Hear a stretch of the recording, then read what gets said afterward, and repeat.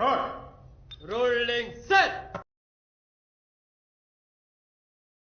திருநெல்வேலி மாவட்டத்தில் வெங்கட்ராயபுரம்ன்ற ஒரு சிறு கிராமத்தில் ஒரு அக்ரிகல்ச்சர் ஃபேமிலியில் பிறந்து வந்தேன்.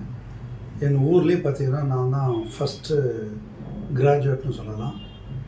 அதுக்கப்புறம் என்னுடைய கல்லூரி படிப்பை சென்ட் சேவியர்ஸ் காலேஜ் பாளையக்கோட்டையிலையும் என்னுடைய சட்ட படிப்பை மதுரை லா காலேஜ்லேயும் முடிச்சுட்டு ப்ராக்டிஸ் பண்ணுறதா பிஸ்னஸ் பண்ணுறதான்னு ஒரு இதில் இருக்கும்போது ரெண்டுக்குமே வாய்ப்பு வந்து வேலூரில் இருந்தது.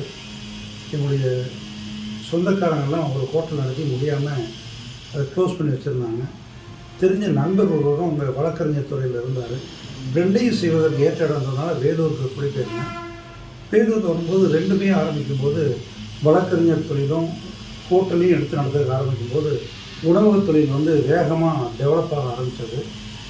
வழக்கறிஞர் தொழிலை விட துரிதமாக முன்னேற வாய்ப்பு இருக்கிறதுனால நான் கம்ப்ளீட்டாக வழக்கறிஞரோட கொஞ்சம் கொஞ்சமாக விட்டுட்டு ஃபுல்லாக ஹோட்டல் தொழிலுக்கு வந்தேன். நீங்கள் ஹோட்டல் ஃபீல்டுக்கு வந்த சமயம் இப்போ இது ரெண்டுத்துலேயும் இந்த ரெண்டு பீரியட்லேயும் ஹோட்டல் துறையோட சவாலாக நீங்கள் பார்க்குறது அப்போ என்ன சவாலாக இருந்தது, இப்போ இருக்கிற சூழலில் சவாலாக நீங்கள் சந்திச்சது? சவால்னு நான் சொல்லிக்க மாட்டேன். முதல்ல இருந்து வரும்போது பார்த்தீங்கன்னா சாதாரணமான ஒரு நல்ல உணவை கொடுத்தா போகிறோம், ஒரு லிமிட்டட் ஐட்டம் ஆஃப் ஃபுட் இருந்தால் போகிறன்ற ஒரு எண்ணம் மக்கள்கிட்ட இருந்தது. இப்போ அப்படி இல்லை. ஒரு வெரைட்டியாக சாப்பிடணும்னு எதிர்பார்க்காங்க. ஒரே மாதிரி உணவு கொடுக்கும்போது அவங்களுக்கு போர் அடிச்சிருது. அடுத்த ஜெனரேஷன் வரும்போது கம்ப்ளீட்டாக மாறிடுது. அவங்க எதிர்பார்ப்புகள் எல்லாமே வித்தியாசமான உணவுகளை ட்ரை பண்ணுறதுக்கு ரெடியாக இருக்காங்க. அன்றைக்கி அந்த வித்தியாசமான உணவுகள் எதையுமே ட்ரை பண்ணுறது கூட ரெடியாக இல்லை. இது ஒரு பகுதி மக்கள். இன்னொரு பகுதி மக்கள் பழமைக்கு திரும்பி போகிறாங்க. அந்த ட்ரெடிஷ்னலான ஃபுட்டு வேணும் அல்லது இயற்கையான உணவுகள் வேணும்னு சொல்லி போகிறது ஒரு சாரார். இன்னொரு சாரார் வந்து இன்றைக்கி ஜங்க் ஃபுட்னாலும் சரி வாட் எவர் இட் மேபி வித்தியாசமான உணவுகள் வேணும்னு போகிறவங்க ரெண்டு பேரும் இருக்காங்க. ஆனால் நம்ம முதல்ல வேலூருக்கு தொழிலுக்கு வரும்போதே அன்னைக்கு வெள்ளூரில் இல்லாததுப்புறம் உள்ளே கொண்டு வரணும் தான் நினச்சோம். ஆனால் பஃபேன்ற ஒரு கான்செப்டே இல்லை. ஆனால் அப்போ கூட நம்ம வந்து செஃப் அண்ட் டிஷ்ஷுன்னு சொல்லி பஃபேயில் சர்வ் பண்ணக்கூடிய டிஷ்ஷை பூரா வாங்கி எங்கெல்லாம் அவங்களுக்கு இட வசதி இல்லையோ, டேபிள் சேர் போட்டு பண்ணுற வசதி இல்லையோ அங்கே பூரா இந்த மாதிரி பஃபே உணவை கொடுத்து அன்றைக்கி அந்த பழக்கத்தை ஏற்படுத்த முடிஞ்சது. ஆனால் மக்கள் அதையும் ஏற்றுக்கொண்டாங்க. இன்றைக்கி எல்லாத்தையும் மிக்ஸ் பண்ணி வச்சுருக்கிறோம். பார்த்திங்கன்னா ஒரு உதாரணம் சொல்லணுமானா வெஜிடேரியன், ஆனால் அவங்க நான் வெஜிடேரியன் உணவு எப்படி இருக்குன்னு டேஸ்ட் பார்க்க ஆசைப்படுறவங்களுக்கு சிக்கன் மாதிரியோ மட்டன் மாதிரியோ ஃபிஷ் மாதிரியோ ப்ரான்ஸ் மாதிரியோ வெஜிடேரியன்லேயே அதே சுவையில் இங்கே உணவு நம்மளால் கொடுக்க முடியுது. அதை விரும்பி சாப்பிட்றாங்க. Okay sir. இது குறிப்பாக அந்த ஸ்மால் ஸ்கேலான ஹோட்டல்ஸோ லார்ஜ் ஸ்கேல் இந்த மாதிரி ஒரு தரம் பிரிக்கிறாங்க. இதில் ரெண்டுத்துலேயுமே காமனாக நாங்கள் பார்த்த வரைக்கும் மேன் பவரில் இருக்கிற சவால்கள் பெருசாக சொல்கிறாங்க. அது எப்படி சார் ஹேண்டில் பண்ணுறீங்க? மேன் பவரில் சவால்னு சொன்னாங்க. அது நம்ம நடத்தக்கூடிய விதத்தை பொறுத்து இருக்குன்னு தான் நான் சொல்லுவேன். நான் வந்து ரொம்ப பெரிய சவாலை எதிர்கொண்டதே இல்லை. ஏன்னா நம்ம உணவு முதல்ல ஆரம்பித்தவங்க என்கிட்ட கிட்டத்தட்ட ஆரம்பிச்சது இன்னைக்கு வரையும் இருக்கிறவங்க இருக்காங்க. நான் முதல் ஹோட்டல் ஆரியபவன் 1982 ஆரம்பிக்கப்பட்ட ஹோட்டல். அதில் முதல்ல சேர்ந்த குக்கு இப்போ வயசாகி அவங்க ரிட்டையர்ட் ஆகின்ற நிலைமையில் முதியோர் இல்லத்தில் நானே அவங்கள சேர்த்து விட்டு அவங்க கடைசி வாழ்நாள் வரையும் என்கிட்ட தான் இருந்துட்டு போனாங்க. திருப்பி கடைசி காலம் இருக்கக்கூடிய என்னுடைய உடலை இந்த உரிமையாளர்களிடம் ஒப்படைக்கவும் வேறு யாருக்கும் கொடுக்க வேண்டாம், என் சொந்த பந்தங்கள்கிட்டமே கொடுக்கூடாதுன்னு சொல்லிட்டு போனாங்க. ஒரு ரிலேஷன்ஷிப்பை மெயின்டைன் பண்ணிங்கன்னா இருக்கிறவங்க வெளியில் போகிறது இல்லை. இது வந்து பழைய இதுலேருந்து வந்தக்கூடிய ட்ரெடிஷன். ஆனால் இன்றைக்கி புதுசாக வர்றவங்க மாறிக்கிட்டே இருக்காங்க. அவங்ககிட்ட அந்த லாயல்ட்டின்ற எக்ஸ்பெக்டேஷன் இல்லை. அதனால் கொஞ்சம் அதிக சேலரி கிடைச்சாலும் ஒரு வசதி கிடைச்சாலும் போயிடுறாங்க. நம்ம அவங்கள நல்லா ட்ரீட் பண்ணால் எனக்கு தெரிஞ்சு ஒரு ரெஸ்பெக்டும் கொடுத்தா சேலரியை விட அவங்க ஓரளவுக்கு மரியாதையாக நடத்தினா நம்ம விட்டு போகிறது இல்லைன்ட்டு இன்றைக்கி நிறைய ஆப்பர்ச்சுனிட்டி இருக்குது. நிறைய வட மாநிலத்தவர்கள் மட்டும் வர்றாங்க. இதெல்லாம் நமக்கு இருக்கிற வாய்ப்புகள். சேலஞ்ச் என்னென்னா அரசாங்கம் வந்து நிறைய இலவசங்களை கொடுத்து நம்முடைய இளைஞர்கள் முந்தி வந்து ரொம்ப வேலை செய்யவும் உடல் சக்தியோடு இருந்தவங்கெல்லாம் கெடுத்துட்டாங்கன்றது என்னுடைய ஒப்பீனியன். அதுதான் நம்முடைய இன்றைக்கி பிரச்சனை. சார், இப்போ எல்லா தொழில்துறை சார்ந்த ஒரு சங்கங்கள் இருக்கும்.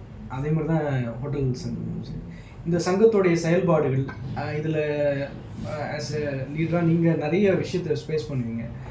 அந்த அனுபவத்தை சொல்லுங்கள் சார். இல்லைங்க, நான் பார்த்த சங்கங்களே மிகச்சிறந்த சங்கம் எதுன்னா நாங்கள் உணவு குடும்பம்னு சொல்கிற தமிழ்நாடு ஹோட்டல்ஸ் அசோசியேஷன் தான். ஏன்னா நான் வந்து லயன்ஸ் கிளப்லேயும் முன்னாடி பார்த்தா ஆளுநர் வரைக்கும் இருந்தேன், ஒவ்வொரு போஸ்ட்லேயும் இருந்திருக்கிறேன். ஆனால் நம்ம செய்கிறதுக்கு 100% ஒரு அங்கீகாரம் இருக்குதுன்னா அது இந்த ஹோட்டல்ஸ் அசோசியேஷனில் தான். நீங்கள் வேறு அரிமா சங்கத்தில் நான் இருக்கும்போது கூட அங்கே கொஞ்சம் பேர் வந்து பாராட்டுவாங்க, இன்னும் கொஞ்சம் பேர் வந்து அதையும் கிரிட்டிசைஸ் பண்ணுவாங்க. அந்த ஈகோ எல்லாம் இருக்கும். இங்கே வந்து சுத்தமாக அந்த ஈகோன்றதே இல்லை. நான் பல அசோசியேஷனில் அங்கே இருக்கிறேன். ஆனால் எல்லாத்தையும் கம்பேர் பண்ணும்போது உணவு தொழில் மட்டும் நம்ம சரியாக இருந்தால் நல்ல அந்த பாராட்டுதலும் ரெகக்னிஷனும் கிடைக்குது, ஒரு சாட்டிஸ்ஃபேக்ஷன் இருக்குது. நிறைய சங்கத்தில் பார்த்தா நமக்கு ஒரு மன நிறைவு இருக்காது, ஏதோ நம்ம போயிட்டு வரோம் பேசிட்டு வரோன்ற மாதிரி இருக்கும். ஆனால் இந்த சங்கத்தில் அப்படி இல்லை, நிறைய சாதிச்சிருக்கிறோம். அந்த சாதிச்சதுக்கு தகுந்த மாதிரி அங்கீகாரமும் கிடைச்சிட்டு இருக்குது. ஜிஎஸ்டின்ற ஒரு ப்ராப்ளம்லாம் இந்தியாவில் எந்த ஒரு சங்கமும் சாதிக்காத விஷயத்தை நம்ம சங்கம் சாதிச்சது. 18% விதித்திருந்த வரி விதிப்பை 5% மாற்றணும். பார்த்தீங்கன்னா கிட்டத்தட்ட ஒரு 16 மாநிலங்களுடைய ஃபினான்ஸ் மினிஸ்டர்ஸை பர்சனலாக மீட் பண்ணி இதனுடைய இதை எடுத்து சொல்லி அந்த வரியை குறைக்க வைக்க முடிஞ்சது. அதெல்லாம் மனசுக்கு பெரிய நிறைவு கொடுக்குற விஷயம். இப்பவும் அதே மாதிரி ஜிஎஸ்டியில் வேறு வேறு போராட்டங்களை நடத்தி கொண்டு இருக்கிறோம். அவுட்டோர் கேட்ரிங்க்கு ஒரு டேக்ஸ் போட்டிருந்தாங்க, அதை குறைச்சி வாங்கிக்க முடிஞ்சது. இப்போ அதே மாதிரி லாட்ஜஸ், அந்த ஹோட்டல் வந்து 7,500 ரூபாய்க்கு மேலே இருந்தால் அவங்களுக்கு உணவுக்கும் சேர்த்து 18% ஆகுறாங்க. இது நியாயமே இல்லைன்னு நாங்கள் போராடிட்டுருக்குறோம். நிச்சயமாக வெற்றி பெறுவோம். ஏன்னா 7,500 ரூபாய்க்கு மேலே ஒரு ரூம் வாடகை இருந்தால் ரூமுக்குள்ள வரியை உயர்த்துங்கள், ஆனால் உணவுக்கு எப்படி கூட்டுறீங்க அப்படின்றதுக்காண்டி நாங்கள் போராடிட்டுருக்கோம். அந்த போராட்டமும் எங்களுடைய போராட்டங்கள் தொடரும். அதில் யார் பாதிக்கப்படுறாங்கன்னா, ஒரு பில்கிரிமேஜ் சென்டர் இருக்குது, ஒரு திருவண்ணாமலை இருக்குது, திருவண்ணாமலையில் கோயிலுக்கு வர்றாங்க, அவங்க ஒரு ஃபேமிலியோடு ஒரு அறை எடுத்து தங்குறாங்கன்னா அந்த குடும்பத்தினுடைய அறைக்கு 8,000 ரூபாய் இருக்கலாம், 4 பேர் 5 பேர் தங்கலாம். ஆனால் அதுக்கு 7,500 ரூபாய்க்கு மேலே நீங்கள் சார்ஜ் பண்ணிட்டீங்கன்ற ஒரே காரணத்துக்காக அவங்களுக்கு உணவுக்கும் சேர்ந்து 5%க்கு பதிலாக 18% விற்கிறது நியாயமே இல்லைன்றது எங்களுடைய கோரிக்கை. இப்போ எல்லா துறையிலும் ரொம்ப பெரிய ஸ்ட்ரகிள்ஸ் வந்து இந்த கொரோனா காலகட்டத்தில் வருது. அதில் பெருசாக அவதிக்குள்ளானது எனக்கு தெரிஞ்சு ஹோட்டல் துறை. அந்த நெருக்கடியான நிலையை எதிர்கொள்கிறதுன்னு அதுக்கு ஒரு பவர் வேணும்ல, அதை எப்படி சார் எதிர்கொண்டீங்க? அந்த ஏன்னா நீங்கள் வந்து எல்லாருக்குமே கைட் பண்ணுற ஒரு பொசிஷனில் இருந்திருக்கீங்க, அப்படின்னும் போது அதை எப்படி சார்? உண்மையிலே அது ரியலி a சேலஞ்ச். ஆரம்பத்தில் எப்படி இருந்ததுன்னு கேட்டிங்கன்னா, மருத்துவர்களுக்கும் ஹாஸ்பிட்டலில் அனுமதிக்கப்பட்ட அந்த பேஷண்ட்ஸுக்கும் உணவு கேட்கும்போது எல்லாரும் பயந்தோம்.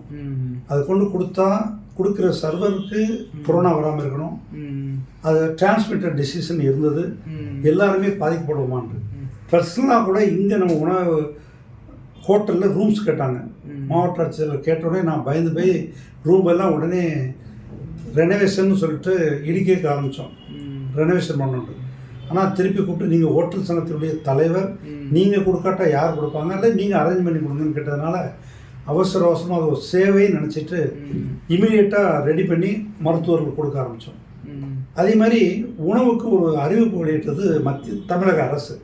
என்ன அறிவிப்புனா, ஒரு சென்ட்ரல் கிச்சன் பண்ணி அங்கேருந்து நீங்கள் உணவை கொடுங்கன்னு சொல்லி மாவட்ட ஆட்சித்தலைவருக்கு வேண்டுகோள் வச்சுருந்தாங்க.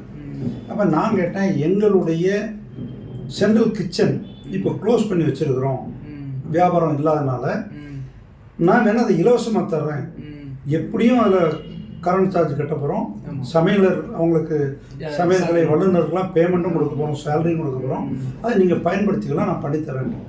தேவைப்பட்டால் கூப்பிட்டு திடீர்னு ஒரு நாள் கூப்பிட்டு எனக்கு 300 பேருக்கு உணவு வேணும், நீங்கள் பண்ணி கொடுக்க முடியுமான்னாரு. சரின்னு சொல்லிவிட்டு எனக்கு இன்க்ரீடியன்ஸ் மட்டும் நான் கொடுத்துட்றேன்னு அவங்க கோஆப்ரேட்டிவ் ஸ்டோர்லேருந்து கொடுத்தாங்க. அது எங்களுடைய தரத்துக்கு மேட்ச் ஆகலை. ஆனால் நான் சொன்னேன், நீங்கள் அங்கே என்ன விலை கொடுக்குறீங்களோ அதே கொடுத்தா போகிறோம், ஆனால் நானே வாங்கி நான் ப்ரிப்பேர் பண்ணி தரேன்ட்டு அதை வச்சு பண்ணி கொடுக்கும்போது அந்த 300 பேருக்கு ஆரம்பித்தது கடைசி 7,000 பேர் வரைக்கும் தினசரி பண்ணி கொடுக்குற நிலைமை ஏற்பட்டது. பெரிய மனநிறைவை கொடுத்தது. அதில் பெருசாக லாபம் இல்லாட்டா கூட ஒரு பெரிய சேவை செய்த மனநிறைவு இருந்தது. அது ரொம்ப வெற்றிகரமாக பண்ணோம். தமிழ்நாட்டில் பல்வேறு மாவட்டங்களில் இருந்து அவங்க பண்ண உணவுகளுக்கெல்லாம் அரசாங்கத்திலேருந்து பணம் வராமல் போச்சு. அதை அப்போ பாதி வரைக்கும் அண்ணா திராவிட முன்னேற்ற கழக அரசு இருந்தது. அவங்களையும் தொடர்பு கொண்டு ஒரு பெரிய லைசன்ஸ் ஒர்க்கை பண்ணி அவங்களுக்கு வாங்கி கொடுத்தோம். எல்லா ஹோட்டல்காரங்களுக்கும் அந்த பைசா வாங்கி கொடுத்தோம். அப்புறம் பாதியில் திராவிட முன்னேற்ற கழகங்களுடைய ஆட்சி வந்தது. அப்பவும் தொடர்பு கொண்டு அதிகாரிகளுடைய நம்மகிட்ட இந்த பழக்கங்கள்லாம் யூஸ் பண்ணி எல்லாத்துக்கும் போக வேண்டிய பணத்தை வாங்கி கொடுத்தது தமிழ்நாடு ஹோட்டல் அசோசியேஷன் பண்ண ஒரு பெரிய சேவை என்று சொல்லலாம். ஸோ மாநில அளவில் ஹோட்டல் தொழில் வந்து சுற்றுலா இந்த துறையோட பொருளாதார வளர்ச்சிக்கு எந்த மாதிரியான பங்கை வகிக்கிறதா நீங்கள் நினைக்கிறீங்க சார்? மாநில அளவிலும் சரி, தேசிய அளவிலும். சுற்றுலாத்துறையே உணவகங்களையும் ஹோட்டல்ஸையும் நம்பி தான் இருக்குது. ஏன்னா வேறு வாய்ப்பே கிடையாது. அது வந்து மக்கள் வந்து மனநிறைவோடு இருக்கிறதுக்கு ஒரு பெரிய காரணம். நீங்கள் சுற்றுலா போகாமலே இருந்தோம்னு சொன்னால் நம்ம எல்லாம் ஒரு நாளைக்கு சைக்காலஜிக்கல் பேஷண்ட் ஆயிரும், சைக்காட்ரிக் பேஷண்ட் ஆயிரும். இது எங்கள் சீனியர் அழகாக சொல்வார், we are not money making machine. நம்ம பணம் சம்பாதிக்கிற ஒரு இயந்திரம் அல்ல அப்படின்ட்டு. பணம் தேவை தான், ஆனால் அது வந்து அனுபவிக்கிறதுக்காண்டி நம்ம பயன்படுத்தணுன்றதுக்காண்டி அவர் அந்த மாதிரி சொல்லிட்டு இருப்பார். அதுதான் உண்மை. நம்ம சம்பாதிக்கிற பணத்தை வச்சு வெளி உலகத்துக்கு போனால் தான் வெளி உலகத்தை தெரிஞ்சிக்க முடியும். நம்ம மனசுக்கும் ஒரு அமைதி கிடைக்கும். அப்படி வர்றவங்களுக்கு வந்து நல்ல உணவு ஒன்று அவங்க உடல்நலத்தை பாதிக்கக்கூடாது, ரெண்டாவது அவங்க எதிர்பார்க்குற சுவையோடு கொடுக்கணும். இப்போ நம்ம வந்து வடநாட்டுக்கு போனோம்னா அங்கே சப்பாத்தி, ரொட்டி, அதனுடைய டால் அதெல்லாம் என்ஜாய் பண்ணுறோம். தமிழ்நாட்டுக்கு வர்றவங்க கண்டிப்பாக நம்மளுடைய இட்லியும் தோசையும் தான் சுவைப்பதற்கு ரொம்ப விரும்புவாங்க. எனக்கு அது உலகம் பூரா ஃபேமஸ் ஆகிட்டு வருது.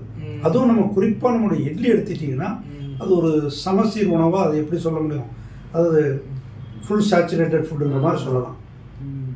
ஏன்னா அது எல்லாமே இருக்குது. பருப்பு இருக்கிறனால ப்ரோட்டீன் இருக்குது, கார்போஹைட்ரேட் இருக்குது, எல்லாமே இருக்குது.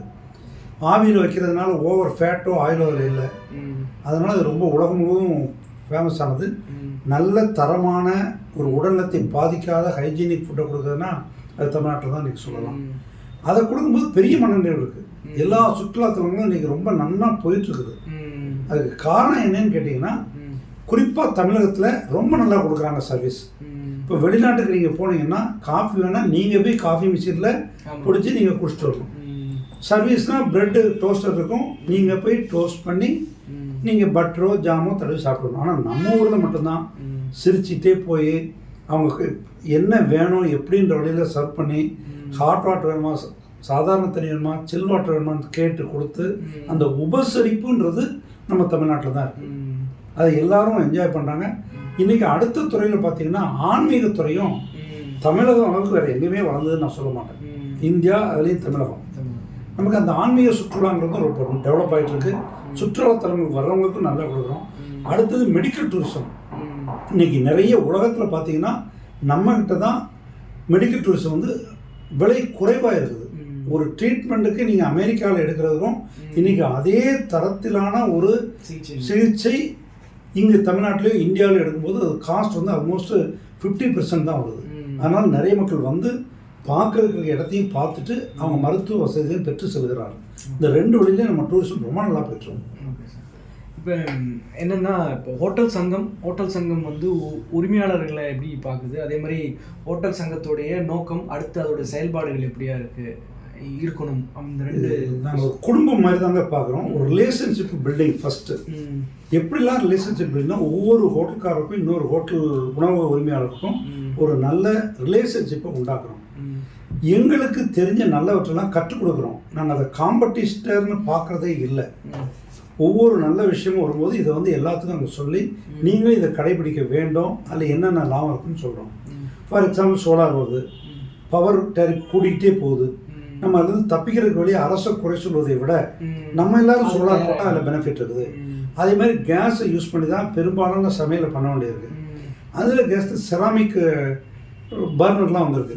அதை யூஸ் பண்ணிங்கன்னா அதில் எவ்வளோ தூரம் நம்மளால் கேஸ் கன்சம்ஷனை குறைக்க முடியும் அப்படின்றத நம்ம எடுத்துக்கொண்டு சொல்கிறோம். இன்னும் பார்த்திங்கன்னா இப்போது கன்வர்த்தம் இந்த மாதிரி பல்வேறு எக்யூப்மெண்ட்ஸ் வந்திருக்கு. அதில் சமையல் பண்ணும்போது என்ன லாபம் வருது, அதை ஏன் நம்ம யூஸ் பண்ணக்கூடாது. அது மாதிரி எலக்ட்ரிக் அடுப்பு, அதில் இண்டக்ஷன் ஸ்டவ்னு சொல்லுவோம், அதை பயன்படுத்தினா நமக்கு என்ன லாபம் இருக்குது அப்படின்னு என்னென்ன எக்யூப்மெண்ட்லாம் இப்போ வந்திருக்கோ அதையெல்லாம் அறிமுகப்படுத்தி அவங்கள இது பண்ணுறோம். ரெண்டாவது, அரசுக்கும் தொழில் செய்வதற்கும் இடையில ஒரு பிரிட்ஜ் மாதிரி இருக்கணும். நிறைய பிரச்சனைகள் ஹோட்டல் சங்கங்களுக்கு வரும்போது அந்த உரிமையாளர்களுடைய பிரச்சனைகளை கேட்டு அரசு அதிகாரிகளை தொடர்பு கொண்டு அந்த பிரச்சனைக்கு ஒரு சுமூகமான தீர்வை நாங்கள் கண்டுபிடிக்கிறோம். உடனே பந்த் பண்ணுறது, ஸ்ட்ரைக் பண்ணுறது அப்படின்றதெல்லாம் பண்ணுறதில்ல. அதிகாரிகள்கிட்ட நம்முடைய சிக்கலை எடுத்து சொல்லும்போது ஒரு நல்ல தீர்வு கிடைக்குது. அந்த வகையில் நாங்கள் ஒரு பிரிட்ஜாக செயல்பட்டு கொண்டு இருக்கிறோம். மெயின் எங்கள் ஹோட்டல் உரிமையாளருடைய பிரச்சனைகளை தீர்ப்பது தான். அதை இது வரைக்கும் வெற்றிகரமாக பண்ணிட்டு இருக்கிறோம். Okay sir. அப்புறம் ஹோட்டல் சங்கமே வந்து தொழில்நுட்ப ரீதியாக ஒரு அப்டேட் வேணும். எல்லா துறைக்கும் இப்போ ஒரு அப்டேட் வருது. அப்போ இந்த ஹோட்டல் துறை சார்ந்து நம்ம எக்யூப்மெண்ட்ஸ் நிறைய வருது. அதெல்லாம் தாண்டி அது இல்லாமல் வேறு என்ன மாதிரியான தொழில்நுட்ப சப்போர்ட்ஸ் வந்து நம்ம சைடு பண்ணுறோம்? சுகாதாரத்துறையை மெயினாக எடுத்துக்கலாங்க. எந்த உணவுகள் எப்படியெல்லாம் கெட்டு போகும், அதை எப்படி கெட்டு போகாமல் காப்பாற்றுறதுன்றதை பொறுத்து நம்ம இந்தியாவுக்கே ட்ரைனிங் கொடுத்துட்ருக்குறோம். அந்த ட்ரைனிங் வந்து தமிழகத்தில் தான் ஆரம்பித்தது. ஏன்னா மத்திய அரசு ஒரு திட்டத்தை கொண்டு வந்தாங்க, FSSAI ஆக்ட் அப்படின்னு சொல்லி. அந்த ஆக்டை கொண்டு போது நம்முடைய நாட்டுக்கு பொருந்தாத மாதிரி சட்டத்திட்டங்கள் அதில் நிறைய இருந்தது. அதை பூரா இங்கே நம்ம இருந்து எதெல்லாம் நமக்கு பொருந்தும் எதெல்லாம் பொருந்தாதுன்றதை தெளிவாக அரசுக்கு எடுத்துரைத்து அவங்க ஒரு கிளாஸ் வச்சுருந்தாங்க, ட்ரைனிங் கிளாஸ் சென்டர்.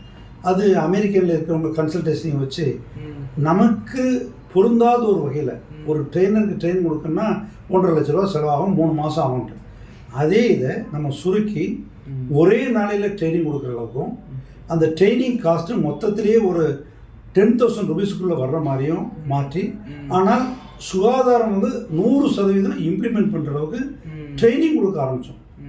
இப்போ இதை கடைப்பிடிச்சாச்சுன்னா இந்த உணவுல இருந்து எந்த கண்டாமினேஷனும் வந்து உணவு இருந்துறவங்க அது பாதிக்காது அப்படின்றது நம்ம அஷூரன்ஸ் கொடுக்க முடியும்.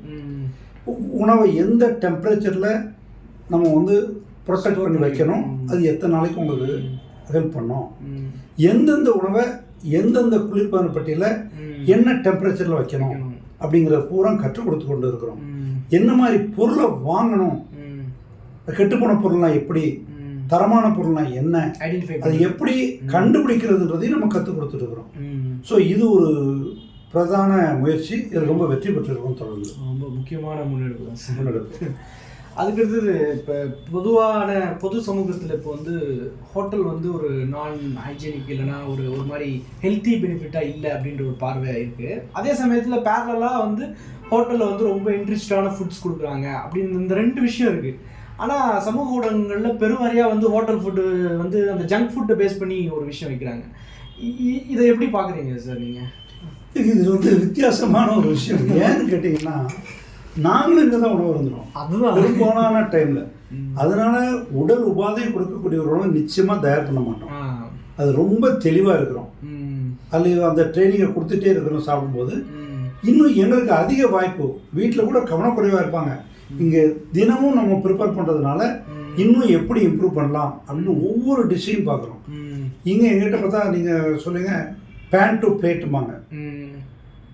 இட்லியெல்லாம் பார்த்தா ஒரு காலகட்டத்தில் வீட்டிலேருந்து எடுத்து ஹோட்டலில் காட்டி பண்ண வேண்டிய சூழ்நிலை இருக்கும். இப்போல்லாம் இங்கேருந்து எடுத்து வீட்டில் கொண்டு காட்டி இந்த மாதிரி இட்லி வீட்டில் கொண்டு கேட்க வேண்டிய அளவுக்கு இருக்குது.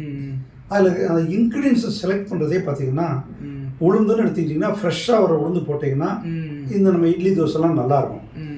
ரைஸ் இப்போ சாவதத்துக்குள்ள ரைஸ் பார்த்தீங்கன்னா ஓல்டு ரைஸ் தான் நல்லாயிருக்கும். இது எல்லாம் கால வெப்பநிலையை பொறுத்து மாறுது. சீதோஷ நிலை பொறுத்து. குளிர்காலங்கள்னா சீக்கிரமாக பெர்மெண்டேஷன் ஆகாது, சம்மர் பீரியடில் ரொம்ப வேகமாக பெர்மெண்டேஷன் ஆகும். இது எவ்வளோ நேரம் வைக்கணும், அது எவ்வளோ நேரம் வைக்கக்கூடாது எல்லாத்தையும் நம்ம கற்றுக் கொடுத்து எல்லாத்தையும் இப்போ ட்ரெயின் பண்ணிட்டுருக்கோம். அதனால் நிச்சயமாக எங்கள் உணவை சரியாக இருக்கின்ற உணவகங்கள் எடுத்துக்கிட்டிங்கன்னா நிச்சயமாக உங்கள் வீட்டை விட ஹைஜீனிக்காக அங்கே கொடுக்க முடியும். அதில் சந்தேகமே தேவையில்லை. நீங்கள் ஜங்க் ஃபுட் வேணும்னு சொல்லி பார்த்தா அது உங்களுடைய உடல் ஒத்துக்கொள்ளாத உடலை சாப்பிட்டீங்கன்னா அது உங்களுடைய தவறு, அது ஹோட்டல் உரிமையாளருடைய தவறு அல்ல. ஏன்னா விருப்பப்பட்ட உணவும் கொடுத்தாதான் அது தொழிலாக நடத்த முடியும். ஆனால் அந்த ஃபுட்டை எவ்வளோ நல்லா கொடுக்க முடியுமோ அவ்வளோ நல்லா நம்ம கொடுக்குறோம். புரியுது சார். ஏன்னா அந்த ஜங்க் ஃபுட்டை பேஸ் பண்ணி எல்லாத்தையுமே பிறந்துடுறாங்கல்ல, அந்த பார்வை தான் நம்ம கொடுத்துடலாம் அப்படின்ற மாதிரி தான் சொல்லியிருக்கோம் சார். இல்லை நீங்கள் சொல்கிறது கரெக்டு. இப்போல்லாம் சிறுதானியங்களை பொறுத்து மேக்ஸிமம் நம்ம ரெடி பண்ணிட்டு இருக்கோம். சிறுதானியங்களை சுவையான உணவாக எப்படி கொடுக்க முடியும்னு இன்றைக்கி அன்போஸ் பார்த்தீங்கன்னா நம்ம எல்லா உணவுகளையும் டெய்லி ஏதாவது ஒரு சிறுதானிய உணவு இருக்கும். அது பொங்கலாக போடுறோம், அது ஏதோ ஒரு வழியில் தோசைகளில் போடுறோம். இன்றைக்கி இப்போ எங்கள் உணவகங்கள் எல்லாம் கேட்டிங்கன்னா நீங்கள் என்ன தோசை கேட்டாலும் உடனே கிடைக்கும். ராகி தோசை வேணும்னு கேட்டாலும் சரி, சோள தோசை வேணும்னு கேட்டாலும் சரி, கோதுமை தோசையாக இருந்தாலும் சரி, கம்பு தோசையாக இருந்தாலும் சரி, உடனடியாக கொடுக்க முடியும். அந்த அளவுக்கு ரெடி பண்ணி வச்சுருவோம். நீங்கள் ஒன்று ட்ரையலே பார்க்கலாம், கேட்டீங்கன்னா உடனே போட்டு கொடுத்துருவாங்க. அந்த டைம் வந்து ஒரு 15 மினிட்ஸ் எக்ஸ்ட்ரா எடுக்கும், அவ்வளோதான். அந்த அளவுக்கு இப்போ வந்து சிறுதானியங்களையும் நம்ம அறிமுகப்படுத்திட்டு இருக்கிறோம். உடலுக்கு நல்லது எதுவோ அதாவது அத்தனையும் கொடுக்க முயற்சி பண்ணுறோம். சரி சார், இப்போ சங்க ரீதியான செயல்பாடுனால நீங்கள் எனக்கு தெரிஞ்சு தமிழ்நாடு முழுக்க எல்லா மாவட்டங்களோட இதையும் பயணிச்சிருப்பீங்க. அப்போ யூனிக்காக ஒரு மாவட்டத்தை சார்ந்த மக்களுடைய உணவு முறைகளோ இல்லை அது உங்களுக்கு ஒரு மாதிரி டிஃப்ரெண்ட்டாக தெரிஞ்சிருக்குங்களா சார்? அந்த மாதிரி நீங்கள் ஃபீல் பண்ணுது இல்லைங்க, அது நான் இந்தியா புறம் போயிட்டு பயணிச்சுட்டு இருக்கிறேன். Okay okay. அது போகும்போது ஒவ்வொரு ஸ்டேட்லேயும் வித்தியாசங்கள் இருக்குன்றது உண்மையான விஷயம். இப்போது வெஸ்ட் பெங்காலில் போனீங்கன்னா பெரும்பாலும் ஃபிஷ்ஷு ஜாஸ்தி சாப்பிட்றாங்க, அந்த கடுகு எண்ணெய் யூஸ் பண்ணுறாங்க. அந்த ஃப்ளேவர் நமக்கு ஒத்து வராது, ஆனால் அவங்களுக்கு பிடிக்குது. அங்கிருந்து நமக்கு வைத்தியத்துக்காக வேண்டி நிறைய பேஷண்ட்ஸ் வர்றாங்க. அவங்களுக்காண்டி சரி உணவகங்களில் அந்த மாதிரி உணவையும் தயார் பண்ணி கொடுக்குறோம். அது நம்ம மக்களுக்கு சுத்தமாக அந்த ஃப்ளேவர் வந்து ஒத்து வராது. இப்போ திருநெல்வேலி பக்கத்தில் போனீங்கன்னா தெரியும் உங்களுக்கு அந்த அல்வா என்னன்ட்டு. ஆனால் இன்னைக்கு அதை எல்லா இடத்தையும் இன்ட்ரடியூஸ் பண்ணுறோம். இப்போ இங்கே நீங்கள் இப்போ எங்கள் இதில் ஹோட்டலில் வாங்கினீங்கன்னா அதுக்கு ஈக்குவலாக அதே அல்வாவை இங்கே கொடுக்க முடியும். அது இப்போ தமிழகத்தை பொறுத்தளவில் எல்லா இடத்துல இருக்க உணவையும் இங்கே கற்றுக்கிட்டோம். எல்லா ஸ்டேட்டில் இருக்க உணவையும் கிட்டத்தட்ட இங்கே கொடுக்குறோம். நம்ம ஊர் மக்களுக்கு பிடிச்ச மாதிரி இப்போ நீங்கள் இப்போ எங்கே போனீங்கன்னாலும் நான் கிடைக்கும், ரொட்டி கிடைக்கும், காஷ்மீரி நான் கிடைக்கும், அதே மாதிரி சைட் டிஷ்ஷஸ் கிடைக்கும். எல்லாத்தையுமே கொடுக்க ஆரம்பிச்சிட்டோம். அதுலேயும் ரொம்ப நல்ல உணவு இருக்குது, உடல் நலத்துக்கும் நல்லது கொடுக்குற உணவும் இருக்குது. அதையும் அறிமுகப்படுத்த உலகத்தில் கிடைக்கிற உணவெல்லாம் இங்கே கொடுக்குற அளவுக்கு இந்த ஹோட்டல் உரிமையாளர் சங்கம் ட்ரெயின் பண்ணிட்டு நம்ம உணவகங்களும் அந்த அளவுக்கு வந்துருச்சு. Okay okay sir. அப்புறம் இந்த ஃபங்க்ஷனல் ஃபுட்டுன்னு ஒரு கான்செப்ட் சொல்கிறாங்க சார், உணவே மருந்து அப்படின்ற ஒரு விஷயம். அதுலேயும் குறிப்பாக ரீஜனல் ஃபுட்ஸ், இந்த வேலூர்னா வேலூருக்கான ஒரு உணவு, அதை வந்து நம்ம பேட்டர்ன் பண்ணி வச்சுருக்கோமா, அந்த மாதிரியான ஒரு இது இருக்குல்ல சார். இந்த லீகலான விஷயத்த சங்கம் எப்படி சார் அணுகுது அப்படின்றது? உதாரணமாக அதுக்கு வேண்டிய ஆலோசனைகளை கொடுக்குறோம். இங்கே வந்து இந்த நம்ம முள் கத்திரிக்காய்னு ஒன்று சொல்லுவோம், அது வந்து வெள்ளூர் மாவட்டத்தில் இருக்குது. அதை வந்து நம்ம வந்து பேட்டர்ன் பண்ணுறதுக்கான முயற்சிகளை எடுத்து அப்போ இருந்த மாவட்ட ஆட்சியர் தினமும் கொடுத்து அதனுடைய வேலை நடந்துட்டுருக்கு. ஊட்டி வர்க்கி சொல்லுவாங்க, அதுக்கும் நம்ம வந்து ஹெல்ப் பண்ணி அந்த துறையில் அதுக்கு வந்து பேட்டர்ன் வாங்கியிருக்கிறாங்க. இதே நம்ம வாங்கிட்டு இருக்கிறோம். அந்த உணவுகளையும் ப்ரமோட் பண்ணுறோம். ரியலாகவே பார்த்தீங்கன்னா அந்த முள் கத்திரிக்காய்லாம் ரொம்ப சுவையாக இருக்கும், எப்படி ப்ரிப்பேர் பண்ணலான்ட்டு. அந்த முயற்சிலையும் யாருக்கு என்ன உதவி தேவைப்படுதோ அந்த உதவியை நம்ம ஆலோசனைகளே வழங்கி கொண்டிருக்கோம். இப்போ அதே மாதிரி ரீஜனல் ஃபுட்லேருந்தே பார்த்தீங்கன்னா இந்த எக்ஸ்போர்ட் அப்படின்ற ஒரு விஷயம் இருக்குல்ல சார், அதுவும் இந்த ஹோட்டல் சங்கத்தோட சம்மந்தப்பட்ட விஷயமா தான் இருக்குங்களா, இல்லை இதுக்கும் அதுக்கும்? ஏன்னா அது ஃபுட்டு பேக்கிங் அண்ட் இதில் போயிடுமா, இல்லை இதில் கூட தான் வருங்களா? அது நம்ம வந்து அந்த உணவு இதில் எக்ஸ்போர்ட்டில் பெருசாக கான்சன்ட்ரேட் பண்ணல நம்முடைய சங்கம். Okay okay. நம்ம இருக்கிற உணவுகளை மட்டும் தான் பார்த்துருக்கோம். அது தனியாக ஃபுட் ப்ராசஸிங் இண்டஸ்ட்ரீஸில் வருது. அவங்க வந்து அதை பதப்படுத்தி அனுப்ப வேண்டியது இருக்குது, கெட்டு போகாமல் இருக்க வேண்டிய. நம்ம உணவகங்களை பொறுத்தளவில் ஃப்ரெஷ்ஷாக கொடுக்கறது தான் விரும்புகிறோம். ஏன்னா ப்ரிசர்வேட்டிவே ஆட் பண்ணாமல் நம்ம கொடுக்கணும்னு முயற்சி எல்லா முயற்சியும் எடுத்துகிட்டு இருக்கிறோம். ஆட் பண்ணுறதே இல்லை. ஃப்ரிட்ஜில் கூட நம்ம ஏன் வைக்கிறோம்னு நம்ம கேட்டுருக்கிறோம். ஒரு உதாரணத்துக்கு நீங்கள் அசைவ உணவுகளை கூட 20 நாள் கூட ஃப்ரீசரில் வைக்கலாம். பட் பிலோ 22 டிகிரி செல்சியஸில் வச்சிங்கன்னா நீங்கள் வச்சு கொடுத்தா அது கெட்டு போகாது. ஆனால் என்ன தேவை இருக்குன்றதை நம்ம மக்கள்கிட்ட எக்ஸ்பிளைன் பண்ணுறோம். நமக்கு ஃப்ரெஷ்ஷாக ஒன்று கிடைக்கும் போது அவசியம் இல்லாமல் அதை ஏன் ஸ்டோரேஜ் பண்ணணும்? ஒரு உதாரணத்துக்கு மீன் எடுத்தீங்கன்னா நீங்கள் பண்ணி தான் ஆகணும். அது வந்து உங்களுக்கு உடனே இங்கே எல்லா வெரைட்டியும் கிடைக்காது, அதை ப்ரிசர்வ் பண்ணி தான் ஆகணும். அது அந்த பர்டிகுலர் டெம்பரேச்சரில் வச்சிங்கன்னா எந்த பாதிப்பும் ஏற்படுத்தாது. மற்றதெல்லாம் தேவையில்லாத வைக்காதுன்னு சொல்லி அட்வைஸ் பண்ணுறோம். ஏன்னா சிறிய உணவகங்கள் இருக்கும், அவங்ககிட்ட பவர் கட் ஆச்சுன்னா அதை காப்பாற்ற முடியாமல் போயிடும். அவங்களுக்கே தெரியாமல் கூட அவங்க ஸ்டாஃப் எடுத்து அதை யூஸ் பண்ணிடுவாங்க. அதனால் அதை தவிர்க்கிறதுக்கு தான் நம்ம அட்வைஸ் பண்ணிட்டு இருக்கோம். ஃபுட் ப்ராசஸிங் இண்டஸ்ட்ரியில் நம்ம இன்னும் இறங்கலை. Okay okay sir. சார் அப்புறம் இந்த ஃபீல்டோட ஹார்ட்டே கஸ்டமர் ஹேண்ட்லிங் தான். அது எப்படி சார்? அதுக்கு ஏதாவது இப்போ ஊழியர்களுக்கு இப்போ ஸ்பெஷல் ட்ரைனிங் மாதிரியோ இல்லை அதுக்கு என்ன கைடன்ஸ் அந்த மாதிரி சங்கம் சைடில் இருந்து? இல்லை, 2 விஷயங்கள் இருக்குங்க. உணவக தொழில் தான் மிக மிக சிரமமான ஒரு தொழில்.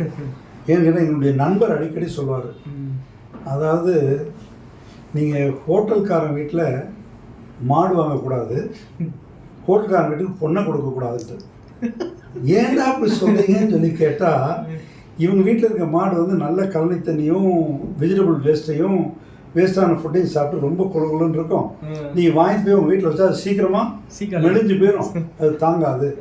பொண்ணை வந்து ஏன் கொடுக்க மாட்டேன்னா, ஒரு ஹோட்டல்காரன் சின்சியராக அவரே போய் இருந்தாங்கன்னா காலையில் 6 மணிக்கு கடை திறக்க வேண்டும் என்றால் அவங்க 5 மணிக்கே அங்கே போயிருக்கணும். அப்போ தான் அடுப்பை பற்ற வச்சு எல்லாம் ஹீட் ஆகி 6 மணிக்கு அவங்களால உணவு கொடுக்க முடியும், இல்லைன்னா முடியாது. நைட்டில் அதே மாதிரி 10 மணிக்கு உணவகத்தை க்ளோஸ் பண்ணுறோம்னு சொன்னால் 12 மணி வரைக்கும் இருந்து அவர் எல்லாத்தையும் சுத்தம் பண்ணிட்டு போனால் மட்டும்தான் மறுநாள் காலையில் கடை திறக்க முடியும். ஸோ சொல்லுவான், ஐயா உனக்கு பொண்ணை கொடுத்தா காலையில் என் பொண்ணு எந்திக்கிறதுக்குள்ளே இருந்துச்சு, நீ கடைக்கு போயிடுற, நைட்டில் போன தூங்கின பிறகு தான் நீ வீட்டுக்கே வர்ற, எப்படி கொடுக்காங்கன்னு அது ஒரு பெரிய சிக்கல் இருந்தது. இப்போ அது மாறி இருக்கு. முந்தியவங்க எல்லாம் கேஷ்ல வந்து எல்லாம் உரிமையாளர் தான் அமர்ந்து கொண்டு இருந்தாங்க. இப்போ அதுக்கெல்லாம் டெக்னாலஜி மிஷினரிஸ் எல்லாம் வந்த பிறகு பில்லிங் மிஷினும் வந்த பிறகு அது குறைஞ்சிட்டு இருக்குது. வரக்கூடிய கஸ்டமர்ஸை பொறுத்தளவில் பார்த்தீங்கன்னா வீட்டில் பல்வேறு பிரச்சனைகளை ஃபேஸ் பண்ணிட்டு அவங்க கடைக்கு வர்றான். வந்து சாப்பாடு வச்ச உடனே தான் அவன் அந்த கோபத்தெல்லாம் இங்கே காட்ட ஆரம்பிக்கிறாங்க.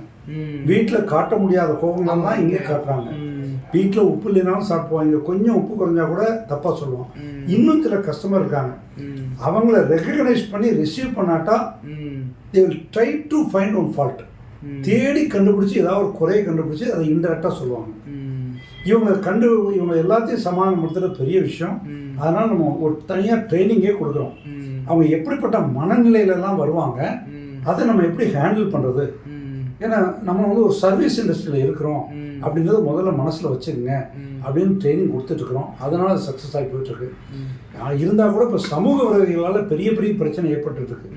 அண்மையில் முந்தா நாள் பார்த்தீங்கன்னா ஒரு விஷயம், சென்னையில் அம்பத்தூரில் ஒரு உணவகத்துக்குள்ளே 3 பேர் ஃபுல்லாக ட்ரிங்க்ஸ் சாப்பிட்டு வர்றாங்க. வந்த உடனே எனக்கு ஆம்லேட் கொடுன்னு கேட்குறாங்க. அது சைவ உணவகம். இங்கே ஆம்லேட் இல்லைன்னா என்னடா நான் கேட்டால் ஆம்லேட் தரமாட்டியான்னு சொல்லி பின்னாடி இருந்த ஒரு வெட்டறிவாளை எடுத்து வெட்டுறோம், கையில் வெட்டுப்பட்டு அந்த இடத்துல சாஞ்சிடறான் கேஷியர். பிகாஸ் ஏன்னா நைட்டில் சாப்பிட வரும்போது இவங்க எல்லாம் ரிலாக்ஸ் பண்ணிட்டு எல்லாத்தையும் சாப்பிட வேண்டியதெல்லாம் சாப்பிட்டு இங்கே வர்றாங்க. அப்போ வரும்போது அவங்களுடைய மனநிலை என்டையர்லி டிஃப்ரெண்ட்டாக இருக்குது. அதையும் ஃபேஸ் பண்ண வேண்டிய நிலைமைக்கு ஹோட்டல்காரங்க மட்டும்தான் தள்ளப்படுறாங்க. இப்போ அரசு தரப்புல இருந்து ஹோட்டல் சங்கத்துக்கோ இந்த ஹோட்டல் தொழிலுக்கான சப்போர்ட்ஸாக இல்லை நீங்கள் ஏதாவது முன்வைக்கணும்னு நினச்சிங்கன்னா வைக்கலாம் சார். இல்லைங்க, அரசாங்கத்துக்கு இப்போ ஒன்று தான் கேட்டுட்ருக்குறோங்க. இரவு 10 மணிக்கு மேலே கடையில் வைக்கக்கூடாதுன்னு நிறைய இடத்துல வந்து காவல்துறை வந்து இன்சிஸ்ட் பண்ணுறாங்க. அரசாங்கமே ஒரு ஆணையை ஏற்றிருக்கு, 24 மணி நேரம் தொழில்கள் நடக்கலாம் தமிழகத்தில், இல்லை இந்தியாவிலே கூட நடக்கலாம்னு சொல்லி ஒரு அரசாணையை வெளியிட்டிருக்கிறாங்க. இதுக்கும் மேலே நம்முடைய ஹைகோர்ட் உயர்நீதிமன்றம், சென்னை உயர்நீதிமன்றம் ஒரு கேஸில் ஒரு உத்தரவு பிறப்பிச்சிருக்காங்க. என்ன பண்ணியிருக்காங்கன்னா, ஒரு வீட்டில் எலித்தொல்லை இருக்குன்றதுக்காக வேண்டி வீட்டை கொளுத்திடக்கூடாது, நீ எலியை தான் ஒழிக்கணும். அதே மாதிரி நீ சமூக விரோதிகள் பண்ணுற ரகளைக்காக வேண்டி உணவகங்களை க்ளோஸ் பண்ணுன்னு சொல்கிறது நியாயம் இல்லை. அவங்களுக்கு வேண்டிய பாதுகாப்பை கொடுத்து கடைகளை நடத்துவதற்கு நீங்கள் ஹெல்ப் பண்ணணும்னு சொல்லியிருக்கிறாங்க. இப்போ அண்மையில் ஒரு தீர்ப்பு மதுரை கிளை கொடுத்துருக்காங்க. அவங்க என்ன கொடுத்துருக்காங்கன்னா, போலீஸ் ப்ரொடெக்ஷன் கொடுத்து கடையில் 24 மணி நேரம் திறந்து வைக்க நீங்கள் அனுமதி கொடுக்கணும். ஆனாலும் கூட சட்ட ஒழுங்கு காரணத்தை காட்டி இன்றைக்கும் காவல்துறை வந்து கடையில் க்ளோஸ் பண்ண சொல்லிட்டு இருக்காங்க 10 மணிக்கு. அது தொடர்ந்து நாங்கள் அரசுகிட்ட வலியுறுத்திட்டு வர்றோம். இப்போவும் தொடர்ந்து போய் மனு கொடுக்க போகிறோம், அதை ரிலாக்ஸ் பண்ணணும்னு சொல்லிட்டு. ரெண்டாவது, பொல்யூஷன் கண்ட்ரோல் போர்டுன்னு ஒன்று இருக்குது. அவங்க வந்து சிறு சிறு உணவகங்களும் கூட அந்த லைசன்ஸ் எடுக்கணுன்றாங்க. அந்த லைசன்ஸ் எப்படின்னு கேட்டிங்கன்னா, உங்கள் இன்வெஸ்ட்மெண்ட் எவ்வளவோ அதில் ஒரு பெர்சன்டேஜ் லைசன்ஸ் தொகை. அது எந்த வகையிலையும் நியாயமே கிடையாது. நம்ம இன்வெஸ்ட்மெண்ட்டுக்கும் அதுக்கு சம்மந்தம் இல்லை. மற்ற எல்லா இதுக்கும் லைசன்ஸ் வாங்குகிறோம், ஒரு ஃபீஸ் இருக்குது. நீ எவ்வளோ பேருக்கு சாப்பாடு போடுற, எவ்வளோ சீட்ஸ் இருக்குன்றத வச்சு கொடுத்தா அதில் அர்த்தம் இருக்குது. இன்வெஸ்ட்மெண்ட்டுக்கு தகுந்த மாதிரின்றது சரியில்லை. அதையும் நாங்கள் தொடர்ந்து ஃபைட் பண்ணிட்டு இருக்கோம் அரசோட. சீக்கிரமாக 2க்கும் ஒரு நிவாரணம் கிடைக்கும்னு நினைக்கிறோம். வேறு நிறைய சொல்லணுமானா அது நிறைய இருக்குது, முடிஞ்ச அளவுக்கு முயற்சி பண்ணிட்டு இருக்கோம். சரிங்க. இப்போ தமிழகத்திற்கு, தமிழ் நிலத்துக்கு இதில் இன்னொரு குறிப்பாக சொல்லணும், குப்பை ஹோட்டலில் இருக்கிற குப்பை எடுக்கிறதுக்குங்க அரசாங்கம் இந்த குப்பையை எடுக்க மாட்டாங்களாம், நாமே எடுத்து அதை மறுசுழற்சி செய்ய வேண்டும் என்று சொல்லுகிறார்கள். ஆனால் குப்பைக்கு ஒரு வரியை போட்டு ப்ராப்பர்ட்டி டாக்ஸ் இல்லாமல் இந்த குப்பை வரியை நீங்கள் கட்டுன்றாங்க. நான் ஒன்று, நீ குப்பையை எடுத்தால் அதுக்கு வரி கேளு, என்னையே குப்பை எடுக்க சொல்லிட்டு நீ என்கிட்ட வரி போடுறது வந்து அந்த வெள்ளைக்காரன் ஆட்சியை எதிர்த்து நம்ம போராடின அந்த வசனம் தான் ஞாபகத்துக்கு வருது. நீ வரி கேட்கிறாயே எங்கள் வீட்டுக்கு வந்து நாட்டு நட்டாயா என்னுடைய பெண்களுக்கு மஞ்சள் அரைத்து பணிபுரிந்தாயான்னு கேட்ட மாதிரி இருக்கு அந்த கேள்வி. சார் இப்போ வேஸ்ட்டுன்னும் போது தான் எனக்கு ஒரு விஷயம் ஞாபகம் வருது சார். என்னென்னா எல்லா மாவட்டங்களிலும் இருக்கிற ஹோட்டல் அதில் வர வேஸ்ட்டு வந்து நம்ம ரீசைக்கிள் பண்ணலாம், பயோ ஃபார்மட் அப்படின்ற ஒரு விஷயத்த முன்வைக்கிறாங்க. ஸோ இப்போ அதுக்கான ஃபெசிலிட்டிஸ் வந்து இவங்க ஏற்பாடு பண்ணி தராங்க சார். இப்போ ஹோட்டல் வேஸ்ட் எடுத்து அதை வந்து பயோகேஸ் பண்ணி நம்மளுக்கே கொடுக்குற மாதிரி அந்த மாதிரி இதுக்கு சப்போர்ட் பண்ணுறாங்களா சார்? இல்லை அதுக்கு இல்லை சார், அது ஒரு பெரிய வீக்னஸ் அரசாங்கத்திட்ட இருக்குது. என்ன பிரச்சனைன்னு கேட்டால் அவங்களாலே ஒரு இடத்த வந்து ஐடென்டிஃபை பண்ணி கொடுக்க முடியல. சுற்றி இருக்கிற மக்கள் வந்து அதை செய்யக்கூடாதுன்னு ஃபைட் பண்ணுறாங்க. அதுக்கு ரீசன் முறையாக செயல்படாதனால அதுலேருந்து பேட் ஸ்மெல் வருது, இன்செக்ட் நிறைய அதுலேருந்து வர ஆரம்பிக்குது. அதை ப்ராப்பராக எடுத்து பண்ணால் அது வந்து வேஸ்ட் டு வெல்த்துன்னு சொல்லுவோம். அது ஒரு பெரிய வெல்த்து. அதை செய்வதற்கு அரசாங்கம் தவறு. இப்போ என்ன சொல்கிறாங்க, நீங்கள் பண்ணுங்கன்றாங்க. அரசாங்கத்தாலேயே ஒரு இடத்த ஐடென்டிஃபை பண்ண முடியல, பக்கத்தில் பிரச்சனை இருக்குன்னா சாதாரண ஹோட்டல்காரங்க என்ன பண்ண முடியும்? அதில் பெரிய முரண்பாடு இருக்குது. அரசாங்கம் வந்து FSSAI act, food safety and standard act என்ன சொல்லுதுன்னா, குப்பைகளை நீங்கள் வந்து 12 மணி நேரத்துக்கு மேலே உணவகத்தில் வைத்திருக்கக்கூடாதுன்னு சொல்லுது. ஆனால் இன்னொரு பக்கம் பொல்யூஷன் கண்ட்ரோல் போர்டும் அரசாங்கம் என்ன சொல்கிறாங்கன்னா, உள்ளேயே நீங்கள் ப்ராசஸ் பண்ணுங்கன்றாங்க. ரெண்டும் அப்படியே நேர்மாறான எதிர்மறையான ஒரு சிந்தனையை கொண்டு இருக்குது. அது வந்து உணவகங்கள் வந்து சின்ன சின்ன உணவகங்கள் 1000 சதுரடி 1500 சதுரடியில் கூட ரன் பண்ணிட்டு இருக்காங்க. அங்கே வந்து இந்த ப்ராசஸிங் வடிவக்கிறது வாய்ப்பே கிடையாது. இது வந்து அரசாங்கம் வந்து இப்போ அண்டர் கிரவுண்ட் ட்ரைனேஜே வச்சுட்டாங்க. அதுலேயும் என்ன சொல்கிறாங்க, நீங்கள் ட்ரைனேஜில் விடுற வாட்டரை சுத்தம் பண்ணி விடுங்கன்றாங்க. சுத்தம் பண்ண தண்ணி திருப்பி அதே ட்ரைனேஜ் விட்டால் என்ன ஆகும்? நம்ம அப்போவே சொல்லியிருக்கோம், ஒரு குடம் பாலுக்கு ஒரு துளி விஷம் போகிறோன்ட்டு. அதே மாதிரி அந்த போயிட்டு இருக்க விஷயத்தை கொண்டு இதை கொண்டு பாலை விட்டு என்ன பிரயோஜனம்? அது அரசாங்கம் தொடர்ந்து சொல்லிட்டு இருக்கிறோம். அது நிச்சயமாக அரசாங்கம் தான் இந்த வேலையை செய்ய முடியுமே தவிர ஒரு தனிப்பட்ட நபரால் அந்த வேலையை செய்ய முடியாது. அரசாங்கம் செய்தால் ரொம்ப வேஸ்ட்டு வெறுத்து கண்டிப்பாக அது ஒரு பெரிய ப்ராஃபிட்டை பண்ண முடியும். கேஸ் எடுக்கலாம், பவர் கொடுக்கலாம், என்னெல்லாமோ செய்யலாம், நல்ல ஆர்கானிக் உரங்கள் கொடுக்கலாம். Okay sir. ஏன்னா அந்த கேள்வி இருந்தது. ஏன்னா பரவாயில்ல, நான் இப்போ ஒரு சதீஷ்னோட ட்ராவல் பண்ணும்போது இந்த வேஸ்ட்லாம் பார்க்கணும், அதை வச்சு தான் கேட்டேன் சார். அப்புறம் நீங்கள் ஆல்மோஸ்ட் நல்லா ட்ராவல் பண்ணியிருக்கீங்க. தமிழ் நிலத்துக்கான மக்கள் வந்து இந்த உணவில் காமிக்கிற ஒரு எமோஷ்னல் டச் இருக்குல்ல சார், அது எப்படி நீங்கள் டிஃபைன் பண்ண விரும்புறீங்க சார்? இந்த நிலத்தின் மனிதர்களுடைய உணவு, அது எனக்கு உணவுக்குள்ள ஒரு கதை ஞாபகத்தில் சொல்லுங்கள் சார். ஒரு அரசர் வந்து ஒரு விருந்து கொடுக்குறாரு வீட்டில். அப்போ ஒரு நல்ல அமைச்சர் அன்னைக்கு அந்த விருந்துக்கு வர்றாரு. விருந்து சாப்பிட்டு போகும்போது அங்கேருந்து ஒரு தங்க டம்ளரை எடுத்துகிட்டு போயிடுறாரு. பிறகு அரசர் எங்கே திருட்டு போச்சுன்னு எல்லாம் தேடி முடிச்சு வரும்போது ஒருத்தனை பிடிச்சி அடிக்க போகிறாங்க. அப்போ இந்த மந்திரி வந்து, ஐயா நான் தான் அந்த இதை எடுத்து போயிட்டேன்றாரு. உடனே அரசர் என்ன நினைக்கிறாருன்னா, இவர் பொய் சொல்கிறாரு, அந்த ஒரு சிறுவனை காப்பாற்றுறதுக்காக வேண்டி நானே எடுத்துட்டேன்னு இவர் பொய் சொல்கிறாரு அப்படின்னு சொல்லும்போது அந்த அமைச்சர், உண்மையாகவே எனக்கு அந்த புத்தி எப்படி போச்சுன்னு தெரில, நான் தாங்க அதை தூக்கி போனேங்க நான். அப்போ திருப்பி வந்து எல்லாத்தையும் யோசிச்சு பார்க்கும்போது என்னாச்சுன்னா, 2 நாளைக்கு முந்தைய அவர் இங்கேயே திருப்பி இது மாதிரி ஒரு விருந்து சாப்பிட்ருக்கிறார். அவர் அந்த அரிசியை எங்கே வாங்கினாங்கன்னா, ஒரு திருட்டன்ட்டு இருந்து சீஸ் பண்ணி கொண்டு வந்த அரிசியும் அந்த உணவுப் பொருளையும் வாங்கி அன்னைக்கு சமையல் பண்ணியிருக்காங்க. ஸோ என்ன பண்ணுறாங்க, அந்த திருட்டு பொருளில் சமைச்சு சாப்பிடும்போது அதில் இருக்க அந்த டச்சு எண்ணம் வந்து அவன் மைண்டுக்குள்ளே போயிடுச்சு சைக்கலாஜிக்கலாக. அதனால் அவன் மனநிலையே மாறிட்டுன்றாங்க. அதனால் நம்முடைய உணவுகள் வந்து நம்ம மனநிலையும் உடல்நிலையும் பாதிக்கிறதுக்கு நிறைய வாய்ப்பு இருக்குது. நீங்கள் ஒருத்தர் ரொம்ப காரமான உணவு சாப்பிட்டு போனீங்கன்னா அங்கே உங்களுக்கு கோவம் வரும்னு சொல்லுவீங்க. நிறைய உப்பு சாப்பிட்னாலும் உங்களுக்கு வியாதி, உடல் வியாதி வரும், மனவியாதியும் வரும். அதனால் நம்ம உணவு வந்து நம்ம உடல்நலத்தோடு ரொம்ப பின்னி பிணைந்து இருக்கிறது. Right sir. ஓகே, இப்போ இந்த இன்டர்வியூ மூலமா வந்து ஹோட்டல் உரிமையாளர்களுக்கு, ஊழியர்களுக்கு நீங்கள் சொல்ல நினைக்கிறது சார்? ஏங்க, நம்ம செய்கிறத விட மிகச்சிறந்த ஒரு தொழில் உலகத்திலே கிடையாது. ஏன்னா அந்த திருப்தியும் மனநிறைவும் நமக்கு மட்டும்தான் வருது. நல்ல உணவை கொடுத்து அவங்க இதுக்கு மேலே என்ன சாப்பிட முடியாத அளவில் வச்சு திருப்தியாக சாப்பிட்டு அதுக்கப்புறம் வந்து பேமெண்ட்டையும் கொடுத்துட்டு போகிறாங்க. இந்த தொழிலை நம்ம இன்னும் எவ்வளவு சுத்தமாகவும் சுகாதாரமாகவும் குறைந்த விலையிலும் கொடுக்க முடியுமோ அந்த அளவுக்கு நம்ம முயற்சியை தொடரும். அதுதான் நம்முடைய சக்ஸஸ். அது கண்டிப்பாக நம்ம கடைப்பிடிப்போம். சரி சார், புதுசாக இந்த தொழிலுக்கு வரவங்களுக்கு நீங்கள் சொல்ல விரும்புகிற விஷயம் வாங்கன்றீங்களா? இது ஒரு சின்ன கதை சொல்லணும்னா, எனக்கு ஒரு நண்பர் வந்தார். சார், ஒரு ஹோட்டல் ஆரம்பிக்கணும்னு நினைக்கிறாரு, இடத்த வச்சுட்டு இருக்கிறாரு, உங்களுடைய ஆலோசனைகள் கொஞ்சம் சொல்லுங்கன்ட்டு. இப்போ என்னப்பா தம்பி பண்ணிகிட்டு இருக்கேன்னு கேட்டேன். அவர் சொன்னார், நான் வந்து மொபைல் சேல் பண்ணிட்டுருக்கிறேன். சைஸ் என்னப்பான்னு கேட்டேன். ஒரு 10க்கு 10 இருக்கும் என் கடை அப்படின்னாரு. சரி, எத்தனை மணிக்கு கடை திறக்கிறேன்? 10 மணிக்கு திறக்கிறேன். எத்தனை மணிக்கு க்ளோஸ் பண்ணுற? 9 மணிக்கு க்ளோஸ் பண்ணுறேன். எத்தனை மணிக்கு நீ வருவப்பா அப்படின்னு. 9:50க்கு கடைக்கு வருவேன் சார். கடையை முடிச்சுட்டு நைட்டில் வந்து 10:10, 10:15க்கு நான் போயிடுவேன் சார். நான் நீ ஹோட்டல் பண்ணணுமானா எத்தனை மணிக்கு வரணும்னு கேட்டேன். அவர் தடுமாறினார். நீ காலைல 5:30 மணிக்கு வரணும், நைட்டில் வந்து 12 மணிக்கு வீட்டுக்கு போகணும். இப்போ நீ என்ன அதில் சம்பாதிக்கிறேன்னு கேட்டேன். அவர் ஒரு அமௌண்ட்டை சொன்னார். இந்த வருமானத்தில் பாதி கூட உனக்கு கிடைக்காது ஹோட்டல் ஓப்பன் பண்ணால். நீ சாக்ரிஃபைஸும் பண்ணி பண்ண தயாரானா மட்டும்தான் பண்ணா. நான் இன்னும் 4 கடையை போட்டு செல்ஃபோனே விற்றுட்டு போயிடுறேன் சார், எனக்கு இந்த ஹோட்டல் தொழிலே வேணாம்னு போயிட்டார். அதுதான் அதனுடைய நிலைமை. ஆனால் வெற்றிகரமாக பண்ணலாம். யார் பண்ணலான்னா, கடின உழைப்பு பண்ணுறதுக்கு யார் ரெடியாக இருக்கிறாங்களோ அவங்க நிச்சயமாக அந்த தொழிலுக்கு வரலாம். அந்த ஹார்ட் ஒர்க் இருந்தால் கண்டிப்பாக அதில் முன்னேற வாய்ப்புகள் இருக்குது. வாய்ப்பு இல்லைன்னு சொல்லவே முடியாது. சரி சார், இதே இப்போ இதில் நெக்ஸ்ட் ஜென்ரேஷனுக்கு ஒரு சீனியராக நீங்கள் வந்து சொல்லணும்னு நினைக்கிறேன் சார். அடுத்த தலைமுறை இது வந்து அவுட் ஆஃப் ஹோட்டல்ஸ் தான் இல்லை, அடுத்த தலைமுறைக்கு சொல்ல விரும்புகிறேன்னா, நீங்கள் என்ன தொழிலை பண்ணாலும் அதில் ஜெயிக்க முடியும். இந்த தொழிலில் தான் ஜெயிக்க முடியுன்றதே கிடையாது. அதில் மெயினாக உங்களுக்கு வந்து ஆட்டிடியூட் வேணும்.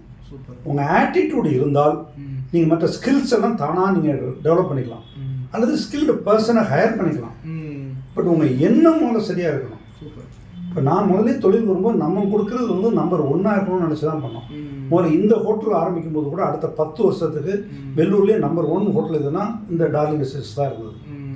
இப்போ நம்ம அடுத்த ரேடிஷன் பண்ணியிருக்கோம். என்னுடைய நம்பிக்கை சரியாக இருந்தால் அடுத்த 10 வருஷத்துக்கு அது நம்பர் 1 இருக்கணும். அப்படி தான் நம்ம பிளான் பண்ணியே பண்ணிட்டு வரோம்.